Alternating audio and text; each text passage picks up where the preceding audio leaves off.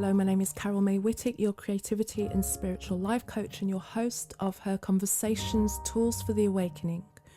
Her is an acronym for Higher Energetic Resonance. This is the optimal state to embody in order to attract our highest desires. What is the awakening? This is the moment in time when humanity rises up out of the darkness. Who is awakening? Each one of us present on earth today, reclaiming our sovereignty, seeking greater possibilities in our reality and looking for solutions. We know being awakened is not a lofty ideal, but a necessity. If we can transform ourselves, we can change the world. Guests on Her Conversations will speak to your spirituality, sensuality and soul. Listen to their stories and hear how they are in service to the world.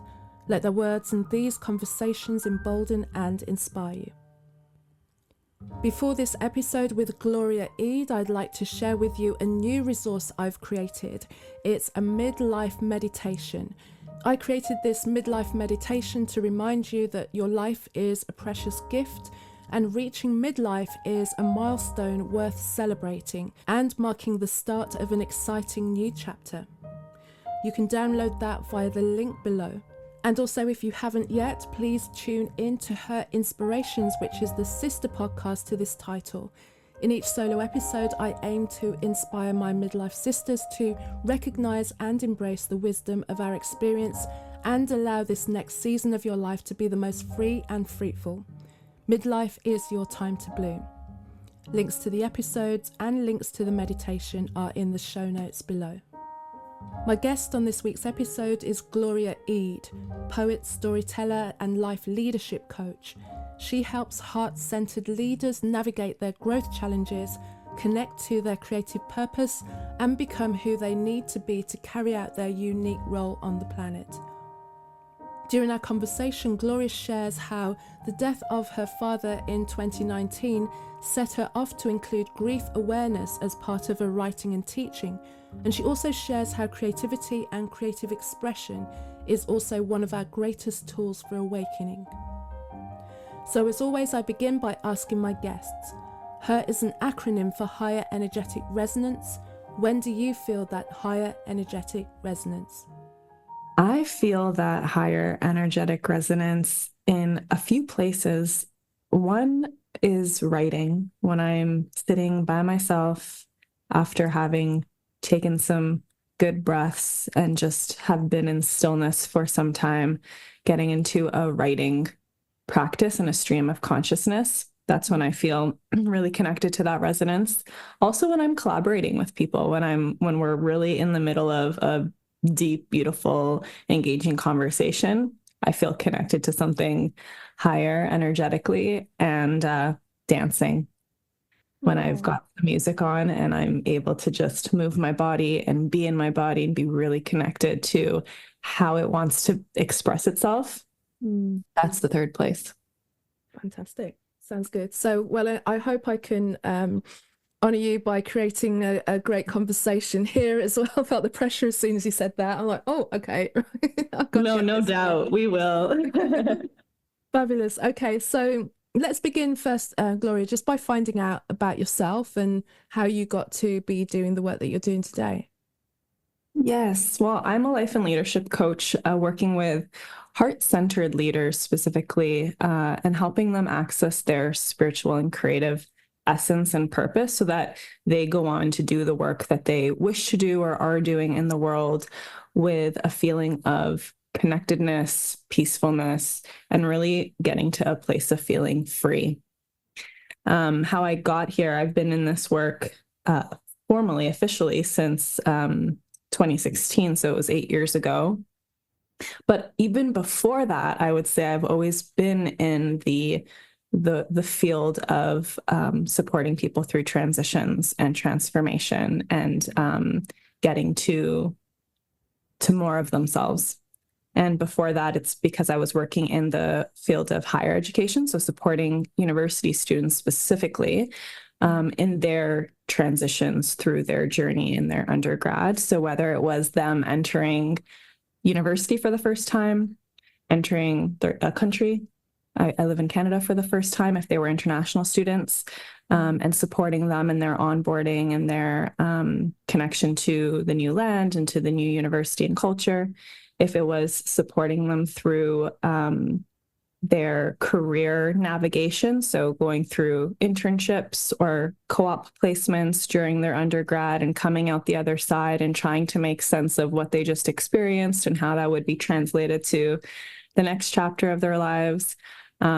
Supporting students who were living in residence. So really that sense of community building and making friendships and feeling like there's a sense of belonging amongst them.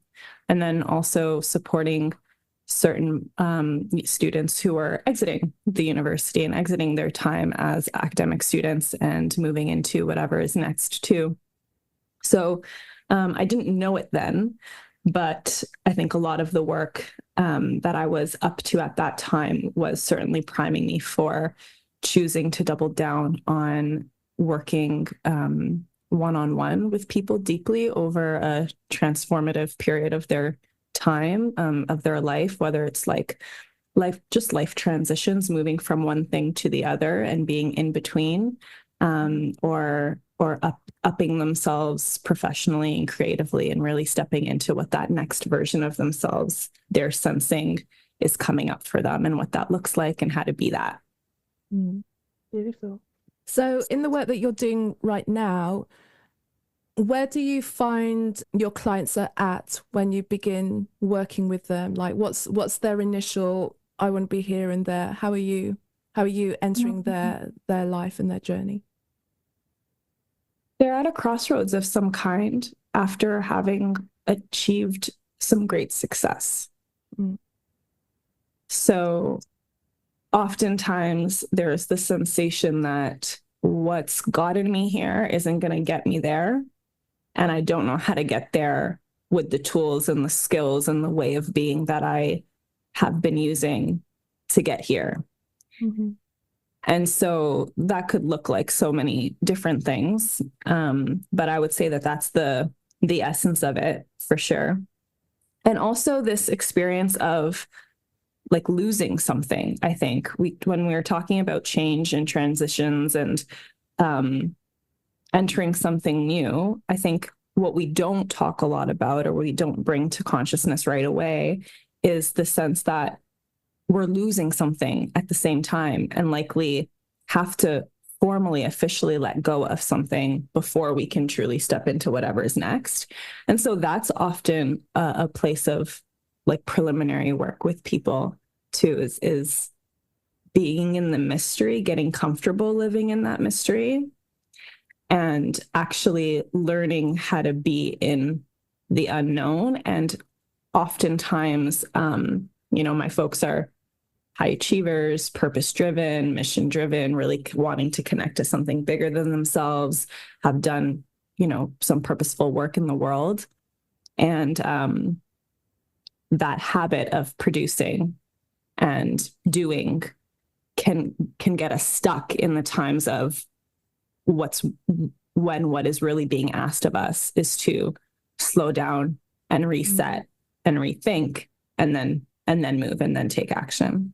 Are you finding that many of them are coming from structures such as like corporate work and like 10, 20-year careers and things like that, or from different angles? Different angles. And actually, a lot of the time they're way younger in their careers. And I think that might have something to do with just my path too, where when I came to my crossroads, I was only 2 or 3 years into my career.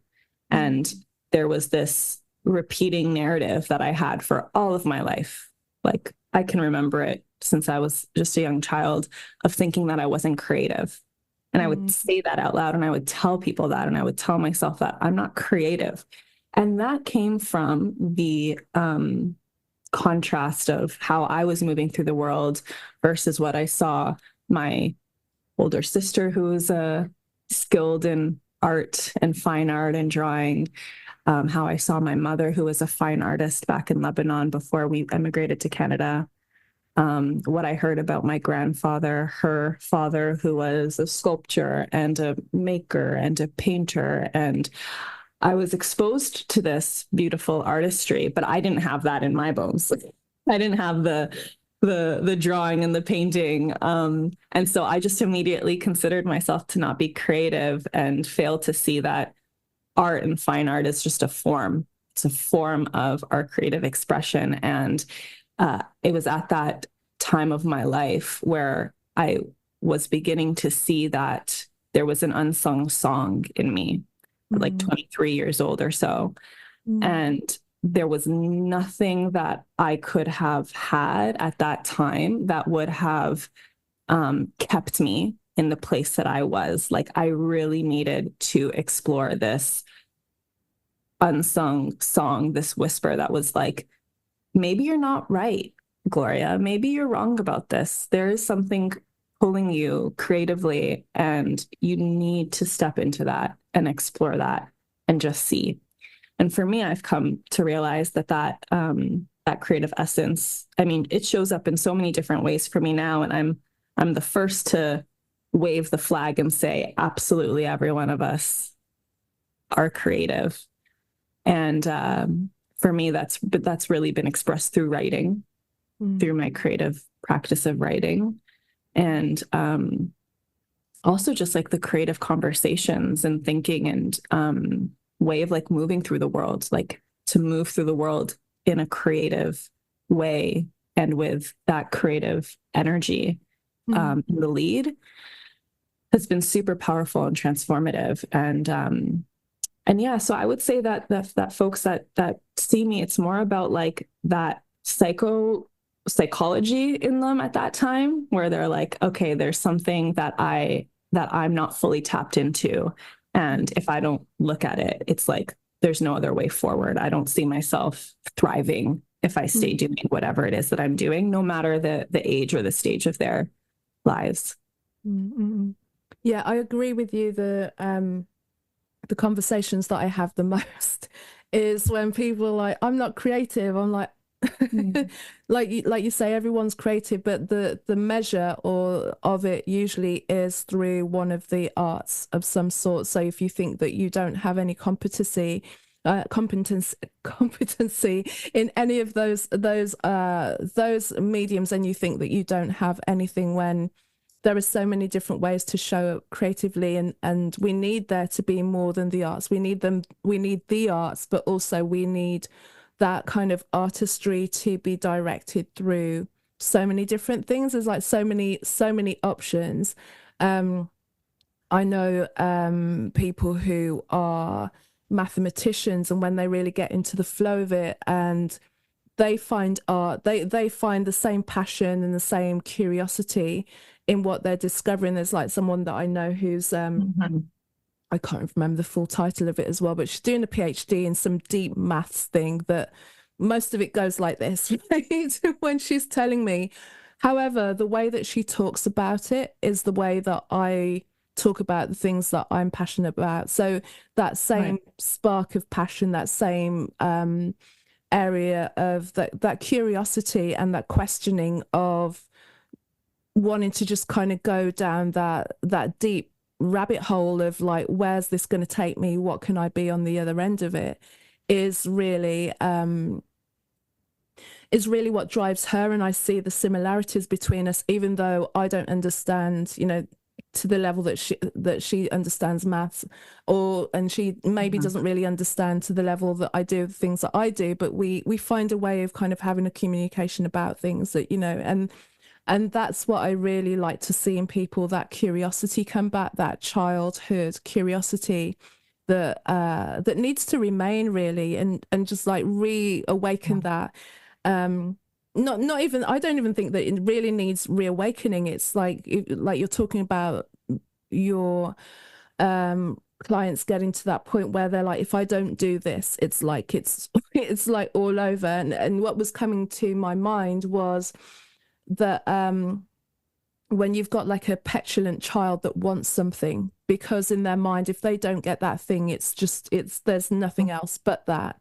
And it's that same kind of feeling that I get from, if I don't do this, there's nothing else, even though there's never nothing, but you have such a desire for something, such a desire to kind of go into a certain area that if it's not open to you, you're like, well, what else could there be? And it's that element of, if there's nothing else, is a very childish view of something, because there's never nothing. But you've got that, like, if I don't get that, I don't want anything else.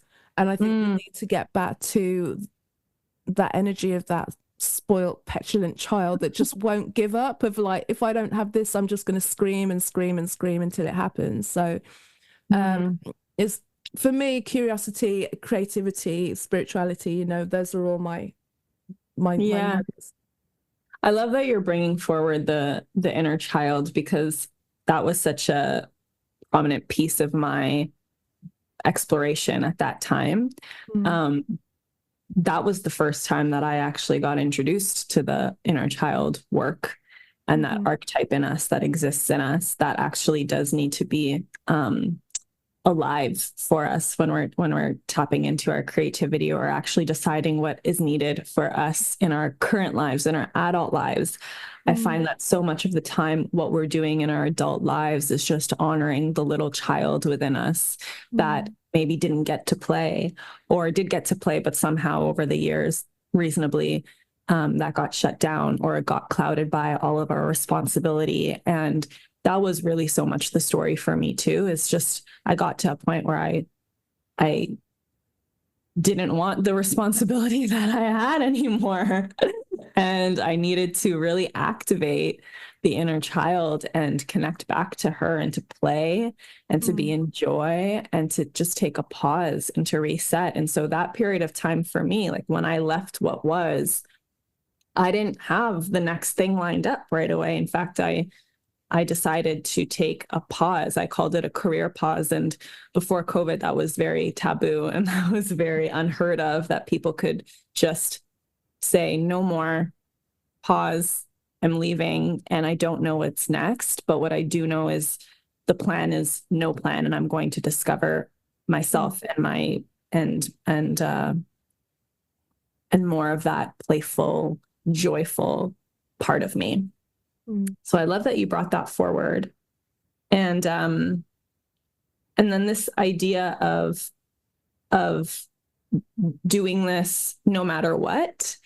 I remember at the time, people, I would have comments of being so brave to do this, or wow, it takes so much courage. And yes, I can appreciate that, and there is a piece of that that is totally part of the experience. But I also remember feeling, and just in this conversation too, remembering that it really doesn't feel like there's a choice. mm, Like it's mm, just, yes, perhaps there's courage, but there's no other way forward but this way now. And so that's also such an interesting place to be in, where it's a kind of conviction. It's like when you know that something needs to be different now. It's scary. There's a lot of resistance. It took me a year from the idea of, okay, I need to make my transition out. It took me a year. It took me accepting a promotion during that year. And then it took me really getting present to myself and what was needed to make that year the best it could be, and to leave everything better than I found it before I headed out. So I think mm, we also have this concept that, like, you know, when people make these kinds of changes in their lives, or step into more of their authentic self, that it happens very quickly, or it happens overnight, or when they make the decision, it's just go time from there. I have come to see that it can be a lot more slower than we think. Like slow and fast, it's like we know it, but then there's also the honesty of like needing to live out that change, and needing to put the conditions in place for mm. that to happen successfully, and in a in an aligned way for us. I wanted to kind of just like hop back to the point that you were making before about courage, and Mm, people saying, oh my gosh, you're so brave to do what you want to do. And wow, like I'm doing what's totally available to you. For me, the risk wasn't taking the leap. The risk was staying in something that was unsatisfactory. For me, it was like, well, what if I stay here and do nothing? And then when I'm drawing my last breath, I'm like, yeah, I didn't really enjoy that. I would, that for me was a bigger risk to take. than to take the risk in the moment to walk away or to try something or anything like that, because there was always a way back in. You know, if I didn't have money, there was always a job.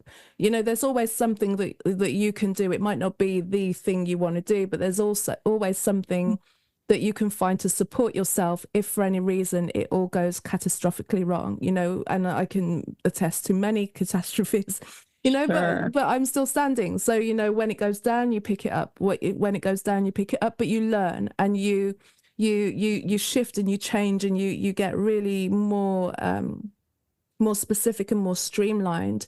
And I think for me, talking from my own experience, by taking all of the perceived risks that might look from the outside that I've taken, I have learned way more about myself than I ever would by sitting somewhere and you know, playing within a structure that wasn't set for me. I know that I'm you know, I have an air of competition within me. So when I get within something, I would have done very well, you know, if I'd have stayed in different spaces, because that's just my nature to do well in it. But there would have always been something just not feeling right. And I know when I get frustrated and uncomfortable, then I start to act out. You know, basically that child comes back and it starts to act out in that frustration piece. Well, then if I'm bored of a situation, then I know myself well enough to know that when I'm bored, I create drama. just for my own entertainment, you know, and drama needn't be like dramatic drama, but I see myself kind of mind drama even. Just creating something to make the mundane feel a little bit fresher. And I just didn't want to kind of go through my life manipulating situations in order to feel better, bad situations in order to feel better. It's like, why not go out and manipulate my life to make it good for me? But of course, you know, I didn't know where I was going, but I just thought I'm going to go here and just figure it out on the way. But in doing that, one, it means that I'm here and I'm able to similarly guide clients through their creativity and all of those things. It's put me in spaces and I've got stories to tell that I would never have had I you know, it's just given me a richer life in trying to figure something out. It's so powerful. Any other way. Yeah. Thank you for sharing all of that. It's really powerful, that perspective of what really is the risk. Yeah. And where is it really? Yeah. And it's not, maybe I kind of scared myself into it, but I just had I remember being in situations and just almost like commenting to myself going, this isn't my life. Just knowing that wasn't my place. I wasn't supposed to be there. I wasn't hearing myself say things that I didn't mean, you know, that was fulfilling the role or situation, and hearing a voice and just being like, you're lying, you know, that always that feedback of that part of you just hearing that it's not you. You're not for this. Move. Which from the outside looking in looks terribly erratic. But then looking back at the journey of things that I've gone over has just given me tools and perspectives that means that, I mean, even having this podcast and being able to speak to women from so many different backgrounds and so many different, you know, modalities and different things, I don't think I'd be able to have as deep a conversation with them to the level that I feel that I can do. Obviously, I don't know in depth everyone's area of expertise, but I wouldn't be able to at least start that had I not have at least kind of like met it along the way in some way, shape or form, you know, that then I could kind of understand where people were coming from. And then, of course, bringing the conversation here is then what gets them to open up and tell me more about who they are and what they're doing and their expertise in having these conversations. So it was all supposed to be the way that it was. And I won't. Yeah. And I think what's really important to bring into this is the fact that to have done what you've done would require that you didn't move from your cerebral thinking. That so much of this comes from something beyond our logical mind. Because as you said, it could look very erratic on the outside and very illogical and very risky. So what else is it that we're using for this decision making? And I know that you speak about this so much too, but this sense of like intuitive knowing and trust and faith and connection to something bigger than what we can even conceive mentally is really important during leaps or during these decisions to make change. And I don't know that that's, I think it's being welcomed way more into our culture these days. But for a long time, like I remember I felt so nervous to express that part in my story. But it's been everything. And it now, to this day, continues to lead me way more than what I can think up logically or cerebrally for my next steps. How's that for you? Do you find the same? Yeah, absolutely. I mean, if I go back, this is the reason that I bring creativity and spirituality together. And I say that I work on those things because they are one and the same ultimately. When I think about when I first really got into my creativity as a young girl, I didn't really know what I was pulling on or where it was coming from. And that it was that curiosity of like having an idea and then writing a song or wanting to do this or deciding I was going to make some clothes and just seeing the idea and waking up with the thing and doing it. And just it being, that's what happened. And until then I was like, where's all this coming from? Because it's not necessarily like anyone's telling me to do any of this. I might hear something that will trigger an idea, but then when I, spent a little bit more time kind of, well, how did that happen? How did I have a song in my head when I was walking around the park and then come back and then sit and start playing it? Then everyone can hear it. What is that? And then as I started to, go through all these different practices and spirituality and really get into all of those and find the language of your intuition, find the language of spirit and soul and put names to the things that I was experiencing, then it was like, oh, okay, and then those two things made sense. It was like, well, duh, that's what it was. But so for me, it was never not, it was never not true. I realized, like you say, it was not a conversation that people were open to so much at certain times before, because things needed to be, science backed and and peer reviewed and everything like that. But now even science is writing about spirituality, is writing about intuition, and more of that stuff is becoming commonplace, and everyone is like going, well, yeah, talking about the universe, and whereas it never used to be that. It used to be very, very kind of closeted and fringe and in this kind of real corner that no one really spoke about, and it was like woo woo woo. And even though people still want to kind of poo-poo it as the woo woo, more people are there we go. More people are speaking about it now with more conviction and confidence, without thinking that anyone's going to shut them down, really, or like more people are receptive to it than were ever before. So it's interesting to see that change as it becomes more mainstream, as it were, and more accepted, even though there are still people that might want to kind of say it and then are still a little bit shy about what they're talking about, and then will like laugh and giggle and not be serious about it. But whatever it needs to be for you, if you're still feeling a little bit nervous about the conversation, then maybe, especially if you've come from something very kind of real world, but I always invite people to like kind of just consider the magic of what we've got around us. Like everything that we have in this world that we use right now is an idea that came from the other side of wherever, that was brought through the person who decided that they were going to realize it in a tangible form. So it's been done time and time and time and time again. We're not talking about something rare. We're talking about things that happen every single day with everything that surrounds you, every single thing that you can touch and feel and hear and taste. was once an idea, was Mm-hmm. once somewhere Abstract. Yeah. that was Yeah. brought So through. magical. Mm, yeah, and so for me, I can't have, anyone who it's like, but it's around you. So how can you deny what's around you? Is like, Yeah. that's weird. That's Mhm. weirder than anything to say, well, everything's around you, even within science, everything.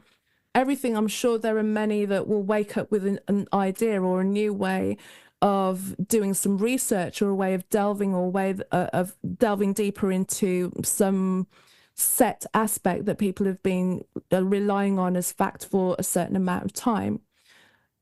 It's always moving, and it's always there for others to add to it and expand. That's the nature of why we're here. And I think when you feel that about yourself, when you feel that about your work, that the nature of your existence is to add more to the world, then life gets really exciting, and then it's like, well, what can I do? What can I add to it? Yeah. Um, and it just keeps things free and loose and fluid. You don't want to stop. You don't want to hold back when Yeah. you really feel that part of yourself, knowing that you're able to do these things, that you're able to create, you're able to put your mark on the world as your own expression. It's like, it's in the words, do your thing. Yeah. It's the difference between living a life by default and living a life by design. Mm, What I mm, hear you say, mm-hmm. there is the expected projected route of life that in our dominant culture is laid out for us, and that's fine, but we have to know that that's the automatic and that's the default version of what's possible for us. And then we have the choice, with everything that you're saying about your orientation to life, with your um, uh, access to possibility, with your willingness to look at um, at yourself beyond just your mind, but actually source wisdom from beyond you, to then create that life of design, by design, in collaboration, in co-creation with one another, with spirit, and at that point, it's so much of like living life being lived through us instead of us forcing that path forward. Mm-hmm. Mm-hmm. Yeah. And it's just a great place to be, I feel. It gives you more, even when the world looks sticky and icky, and that everyone's at odds. It's like there's an opportunity here for us to get back into ourselves. Everything that's prescribed is a lie unless you prescribe it for yourself. Every Right. box that you've been told to put yourself into is a lie. If you want to play that game, you'll be restricted by it. If you identify with any kind of label, then you're ripe for manipulation, because you will do anything and everything to maintain your identity linked to that label. And we carve ourselves into so many different boxes and pieces all the time, and that just makes it so easy for you to be slashed down at every moment. Um, Mm-hmm. I wanted to, I think I'd written this down when we'd spoken before about the quote that, who are we without work, jobs, and societal pursuits? So, how would you respond to that? Who are we without work, jobs, and societal pursuits? Especially when someone is so identified with how they show up, how they've Mm-hmm. created this world built on the persona that they've adopted, how everyone sees them as that thing, and then they're feeling, now I'm going to drop everything that is for myself, Yeah. but also how other people may or may not relate to them, and the fear around that. Mm-hmm. How do you kind of support that? Yeah, so that all came from my experience too, where at that crossroads, I was left with this question of, like, who am I without my work?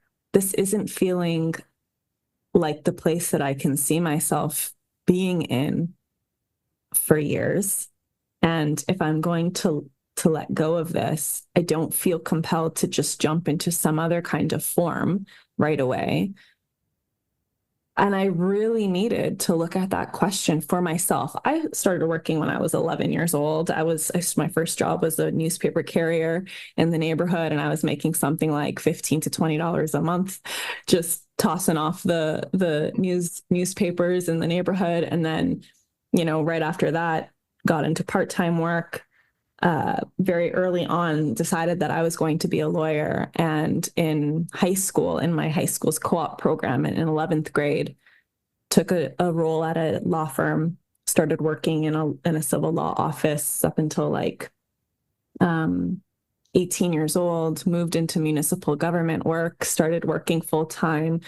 There was going into the courthouses, supporting family support workers and helping citizens get spousal support and child support.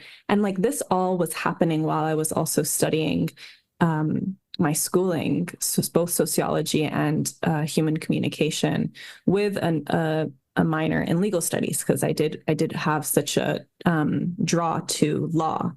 And what I had learned through my undergrad is what was drawing me to law wasn't necessarily, I'm very grateful that early on I got that exposure to working in a law firm, because the contrast of that to being in university and seeing the kinds of community building spaces and like big support, like very loving support, that was just, it felt a lot more natural for me to be in that place of helping, helped me kind of pivot and refine the point of why I pursued law at all very early on. And at the time, it was because it was the only form of study that I had in high school that reflected to me how I could help people. I didn't see it in geography. I didn't see it in history. I didn't see it in English. I didn't see it in any of those like core studies. But as soon as 11th grade law came around and I got to meet my teacher, who was a former criminal defense lawyer, and now he was retired and just like got to teach us this stuff, I saw his passion. I saw his storytelling. I saw his excitement for teaching us. And I realized years later, that's what I was wanting. I wanted that, the essence that I felt in him and that I got to experience was what I was after. And so I confused it with law for a little while, the content of it. But then I saw in my work later on, working with other folks and people in higher education too, that they had that passion with what they were doing in the space that I was in with them. And I was like, that's what I want. I want that. I still don't feel like I have that in this place. And so that really brought me to this question, okay, who am I without all of these labels? Like if I didn't have to find the form or the job title or the kind of work right away, who am I without all of that? And so that was my core question for that year of exploration. And I followed my hunches. I knew part of the work that I loved so much when I was working with students was those one-on-one conversations and helping people, make sense of what they were experiencing and translate it, build projects out collaboratively. And I wanted to double down on that. So I knew coaching was something I wanted to pursue. And then I felt so hungry to share knowledge and share insights from this really transformational work that I was in. Like I'm also lucky that I was doing very life-affirming work. I don't have the story of I hated my job and I was miserable and the people around me sucked. In fact, it was the opposite. I loved the people I worked with, and that was pretty much the hardest reason, or the hardest point of my leaving, was really grappling and grieving the fact that I'm not going to have these kinds of relationships in this way anymore. But despite that life-affirming work, I was still feeling pulled to go somewhere else. And so that was pretty confusing, I think, at the time too, where it's like, okay, everybody else from the outside in would see this as such an awesome gig, and other people would love to be in my shoes, yet I don't want that. And then also going through the conversations of what it was that I was going to be doing next was kind of confusing for other people too. So I saw that they had to make their own stories up to kind of help themselves understand what was happening for me. So, oh, you're traveling for a little bit. Okay, that's great. Cool. Or, oh, you're going to go back home to Toronto and visit your family for a little while. All right. Yeah, sure. She wants to get into coaching. Okay, cool. So it's whatever I needed to say for people to not worry. In a sense, it's like just take whatever story you need to take around it to help it make sense for you. But none of that really was what I was going for. It was more like, let me just live my life with a container where work wasn't the predominant for a while. And actually, let's see how I could configure work into my world at large. Because up until that point, it was like me trying to fit in all of my other life stuff in between work, which had no real rhyme or reason for its hours either. And yeah, so it was that exploration. I picked up a typewriter from secondhand, and it's beautiful, and I still have it. It's teal. And I was like, I want to write poetry, and I want to sit on a park bench in the middle of the day and read a book. And I want to go grocery shopping at 11 a.m. in the morning.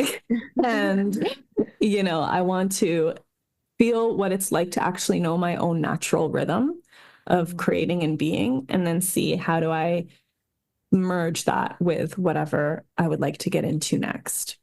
Love that. Yeah.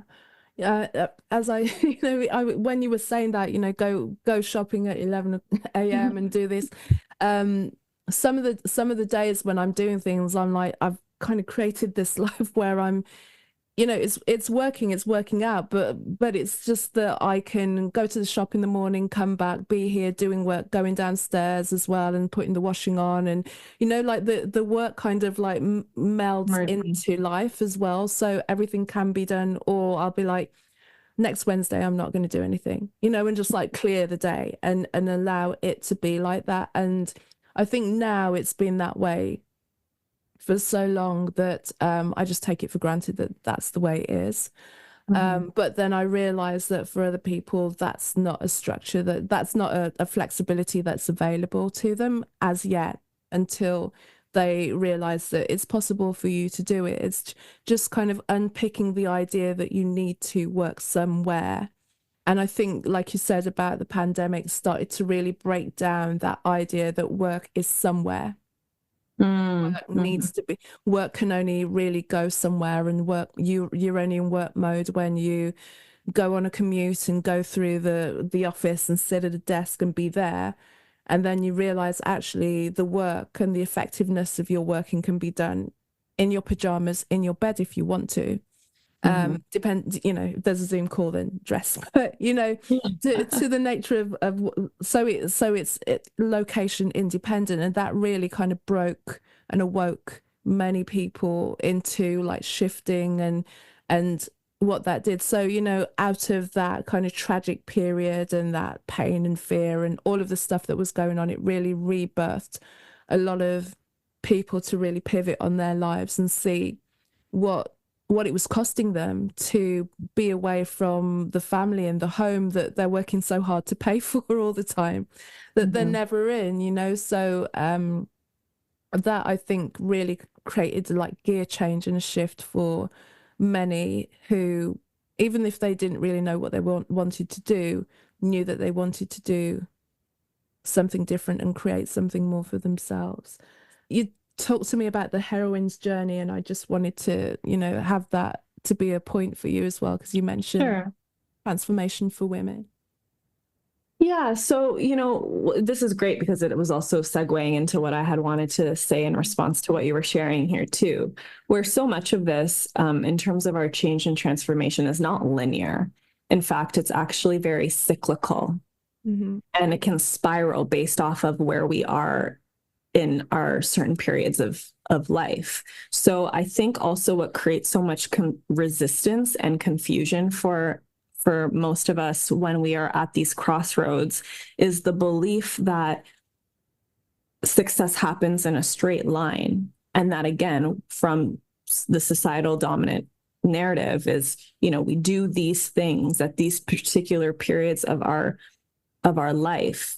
And then at the end of it, there's this kind of success. And so we just live in this perpetual state of accomplishment and achievement, and success is somewhere else. It's still not here. I'm still working towards it. And there's this myth that we live with of arrival at some time. And with the heroine's journey, I mean, it's same, but different. But basically there's this call to adventure where, it's that crossroads of there's something different now here for me.